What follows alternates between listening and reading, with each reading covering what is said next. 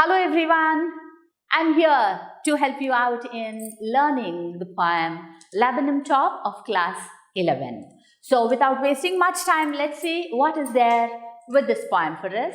One thing I would like to say about this is a beautiful thing, especially this yellow. See the hangings, how nice they are. It's excellent. This poem written by Ted Hughes make us understand what can be done when you think that something is not at all happening. Maybe outwardly we feel that nothing is happening, but really things are going on. They are happening. So let me first read the whole poem for you and then I'll continue with the explanation. The laburnum top is silent, quite still. In the afternoon yellow September sunlight, a few leaves yellowing, all its seeds fallen. Till the goldfinch comes with a twitching chirrup, a suddenness, a startlement at a branch end. Then, sleek as a lizard, and alert and abrupt, she enters the thickness, and a machine starts up. Of chitterlings and a tremor of wings and trillings, the whole tree trembles and thrills. It is the engine of a family. She stokes it full, then flirts out to a branch end, showing her barred face identity mask. Then, with eerie, delicate whistle chirrup whisperings, she launches away towards the infinite, and the laburnum subsides to empty. So this is the whole poem. Let's go line by line now and understand what we have to learn. Before that, let's have a beautiful look. You see how nice they are. The laburnum tree in the background, and you have the goldfinch here, and you have the little birds here, the babies. And there is a better picture of this bird here, the close-up view, and here with the baby. Let's see what is there in the first three lines. The laburnum top is silent, quite still. In the afternoon yellow September sunlight, a few leaves yellowing, all its seeds fallen. So the poet has started this poem with this September. And when you say it is September, since it is a poem not in Indian setting but some other country, and we know that the leaves fall in different seasons in different parts of the world depending upon their climatic zones. And so we have here in September all the leaves turning yellow. Everything is matching, you see. September, the sunlight which is yellow in color, all of them bright. But what do these things signify? Do they signify something positive or something negative? Let us see that this word yellow, it's not just positive, it's also negative. Why? It is because it symbolizes silence, death, as well as beauty. So, he is describing the whole scene for us. We can understand how this is when we see these two things here, whether it is a laburnum tree or it is the sunlight, both of them are the same. So, let's go to the next lines and see what else is there. Till the goldfinch comes with a twitching chirrup, a suddenness, a startlement at a branch end, then sleek as a lizard and alert and abrupt. We had seen in the previous three lines that the poet makes us understand that the tree is just standing still as if there is no life in it. The leaves are turning yellow, the seeds are falling down, and into such a kind of a thing came a life. We know that the tree has life, but the poet is making us feel it in a different way because we know the trees don't move, they are stationary. But when the wind moves, we know the way the leaves move, the ends of the branches move, the drying leaves falling down and all those things. But here the poet is making us get a different kind of a picture showing how this laburnum tree comes to life with the arrival of this little goldfinch. The goldfinch is here. Let's now see the meanings of the words before we continue. The first thing is the goldfinch. It's a small bird and it sings. It's yellow feathers and it's so beautiful to look at. The next thing is twitching. Twitching is the sudden jerking movement. You might have seen, if at all there's a bird, suddenly it just moves like that. That's a twitching. Chirrup. It is a bird making repeated high-pitched sounds. Take any small bird, usually smaller ones, they make varieties of sounds and they're high-pitched. They come up suddenly, stop, up and down, and that's how we use the word chirrup. And the next thing is tattlement. What is this? It is the feeling or showing sudden shock. You see, it is startlement. And abrupt, rapid. Now, what is there in this? Why is it that we have a lizard? We see that onto this tree, there came this beautiful goldfinch. And when this goldfinch had come, it came with, twitching. The tail started moving a little and it was sudden. It came onto the end of the branch first. It is true, a bird can never suddenly go into the end. Maybe it came onto the end here first. It alighted there and then, how is it? It's sleek. It's not the bird, goldfinch itself is small. But the poet is comparing this goldfinch to something else which is smaller and which can go very fast without being noticed. And that is a lizard. So it went in. It's alert. It's abrupt. You see, lizards are not careless. They're very careful. You might have seen the way they catch or they attack the insects. Usually in the nights, maybe on the walls. You might have seen that. The way, they pounce. The way it goes slowly crawling and then they see an insect, they attack. So it's exactly like this. This little bird, the goldfinch, also did the same thing. In the beginning, it came onto the end of the branch of the tree, just as if it is not at all being noticed by this, it's sleek. And then it went inside. So this is clear, isn't it? Let's go to the next one. What does she do? She enters the thickness and a machine starts up of chitterlings and a tremor of wings and trillings. The whole tree trembles and thrills. So what is it that happens? The second it goes inside, thickness here is the tree. We had seen that in the beginning it came to the end of the branch, isn't it? Now it's going inside. When it goes inside, it is the thickness. So before that, let's see the meanings here. This chitterings, it's to make a chattering sound, continuous sound made by these birds. And tremor of wings, involuntary vibration of the wings. And this, you should understand, is for the little birds. Or let me tell that it is for the babies.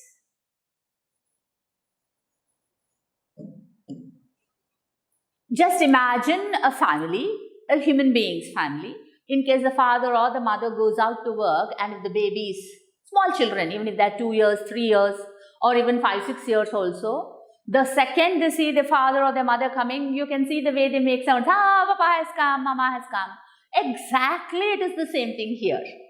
These little birds which are in the nest, they make a tremor of the wings. They start moving their wings. They're happy. They know that it's their mother or their father who had come. And they're going to get some food. You might have seen the way they keep their mouth open and they wait, isn't it? It's that. And then the trillings. It is to produce a chirping sound. These words, all of them, majority of them I should say, are showing either the sound or the movement of the bird or the little birds. So trembles is again, to shake, light movement. Thrills, it's a sudden feeling of excitement. And who is it who has got these thrills? The babies. The babies which are there in the nest. I am trying to draw something crude. Maybe it's like this, a nest and the babies are there inside. You can see the way they open their beaks and keep ready, for the sake of their mother or the father who comes to give them this food. So that is how the whole place, the tree, changes. It transforms. It transforms into something which has got life. We will see why it is like this in the next 3 lines or so. It is the engine of her family. She stocks it full, then flirts out to a branch end, showing her barred face identity mask. Now the poet is continuing to tell about what this tree is. Here the poet is making us know that this engine of the family, it is, you know what? The little birds which are, again I'm drawing some kind of a crude nest. You might take 2 or 3 birds with their mouths open like that. They come for the sake of their mother. It's not that they come, like the immediate reaction is there in them. They start trembling, they make all these chittering sounds, they're excited. And that's the reason why the poet says that this whole tree, it's like an engine of the family, the whole of it. And what does this little bird do, the goldfinch? She stokes it full, means she adds fuel to the engine. You might have seen when we had the steam engines, not like the present electricity one long ago, they had to compulsorily see to it that the coal would be running all the time. They had to fill it and they had to stoke it all the time, put the correct quantity so that the vehicle can go forward. So here it is she who is adding fuel, or she's giving life. And how is her face? It has barred face identity. And if at all you wanted to see this, you can see here how the face is. It's like a mask-like thing which is covering. This is actually for camouflaging. You might have seen this word in your science. You get this word camouflaging. Majority of the animals that God had created have something natural. They can protect themselves. And the best example is, I think you all know. Can you all guess what it is? Any idea? Chameleon. Chameleon is the best one. It's because whichever color it goes on to, it changes that color. Take the tiger, the stripes, when it's in the grass, it's not recognizable. Same thing here for this bird. Maybe it's like a dried twig or a dried leaf, and it cannot be easily spotted. And that's the reason why it has this barred face identity. So this little bird, it starts inside. The little birds which are waiting inside, they get excitement and all are ready. Let's continue now.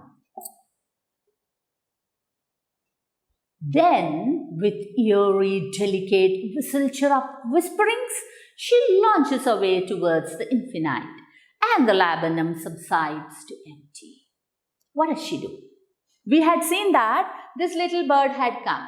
The second this bird had come, the birds in the nest, her babies, they started to make, sounds. They started to involuntarily move the wings and they're excited.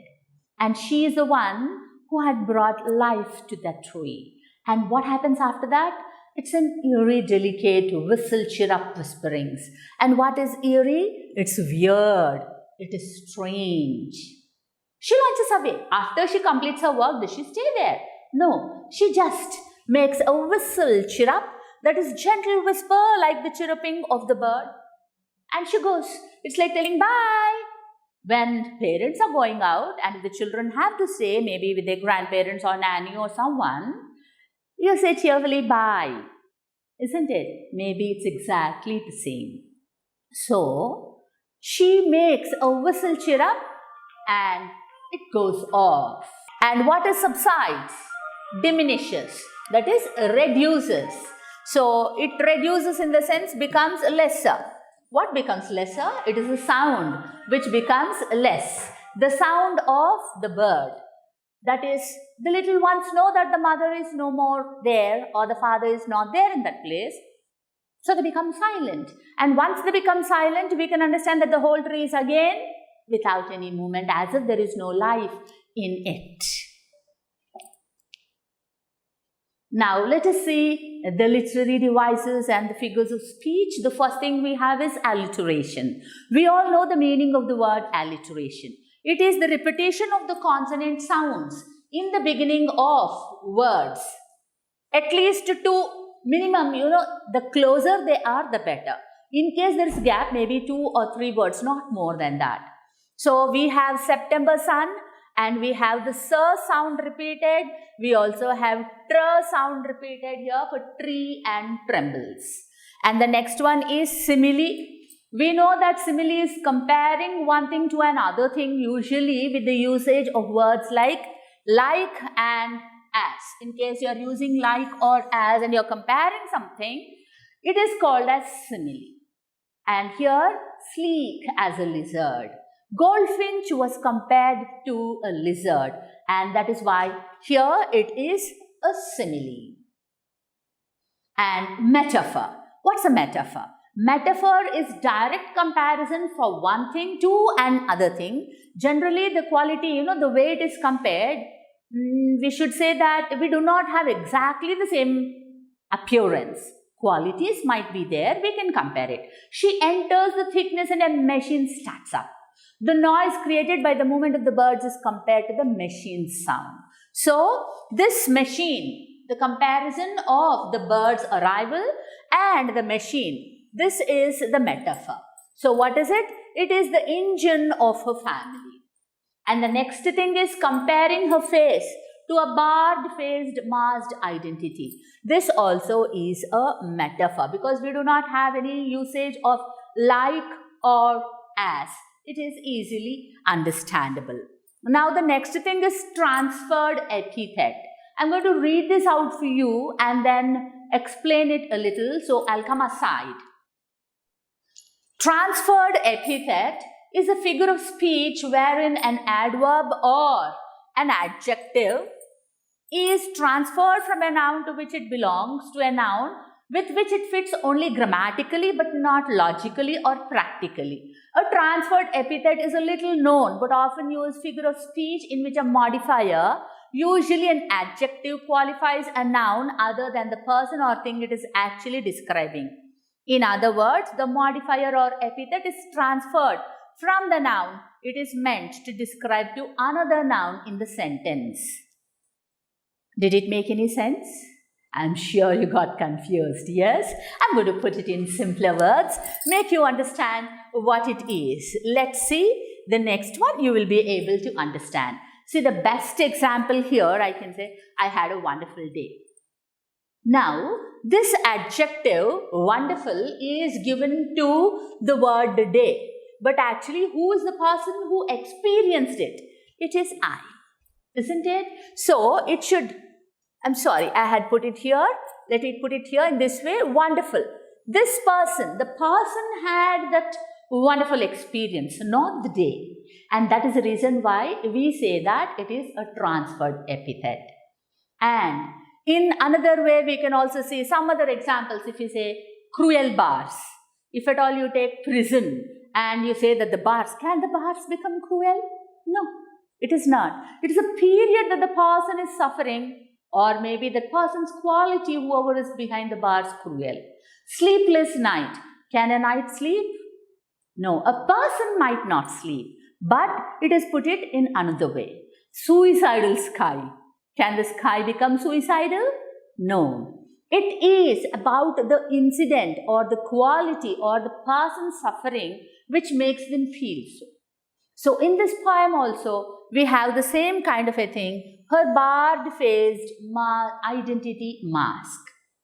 So this is the transferred epithet for the poem. Now we can understand the barred-face identity mask. Now mask, for what is this mask? It is for the bird, isn't it? And that mask, it has bar. We had seen the way it is like this on the face. I'm not able to draw it beautifully, but it's not right also, but just I'm trying to show it. So it is for the sake of this bird that we need to get, but it is put in another way. And that is why it is called as transferred epithet. I'm sure you understood it well. And the next one is personification. Many people talk about personification in different way, and some of them explain it very well also. And my style is a little bit different. I tell that in case you're going to make anything, get a quality of a person. Very easy to remember. If it becomes like a person, It is personification. So, it is the attribution of personal nature characteristics to something non-human. So, we can also say that inanimate things becoming animate, or whatever is not a human being, if at all you're giving it the quality of a person, then it is personification. Now, what happened in the poem? The whole tree, it trembles and trills. It got the quality of a human being. Shivering, trembling, and that. The next one is onomatopoeia, and this onomatopoeia is very easy to remember. It is anything which is associated with the sound and the name. And here there is a cuckoo. There's an example of sizzle. What's this cuckoo? As soon as you say cuckoo, you remember coo, isn't it? You remember the bird, the sound and the bird. If I say sizzle, just imagine your mother preparing dosas. Sizzling, dosas, sound, bees, buzzing, all these things are the best examples of onomatopoeia in our day-to-day life. And in the poem we got these three words, and they're very easy, isn't it? Because the sound and the word is almost the same, and it's very easy for us to remember that. Once again, I have given the word personification so that you will understand it in another context. And what is that? Here, the laburnum tree is, the whole tree is personified. There I showed you the movement, and here I am talking the way the whole tree itself is personified, as if it is a living creature, maybe a human being. Now the last two, one is synecdoche and the last one is oxymoron. What is synecdoche? It is a figure of speech in which a part is made to represent the whole, or vice versa. As in, England lost by 6 wickets. What does it mean? The meaning is the English cricket team has lost. And we can say, I left my wheels out. What's the meaning of it? You left your car out. Maybe it's not parked in the right place. So in that way, if at all you say, it is the synecdoche. So the laburnum top, this laburnum top is not just the top, it is the whole tree. And that is the synecdoche. And the last one is the oxymoron. And what is an oxymoron? It is the figures of speech in which you have two contradictory things put together. What are they? In this we have eerie, delicate, whistle, chirrup. Eerie, something, it's scary. How can a scary thing be delicate? It can't, isn't it? But they are put together, and that is the reason it's an oxymoron. I hope you have understood the poem well. In case you want any other poems for me to explain you, please do it in the comment section.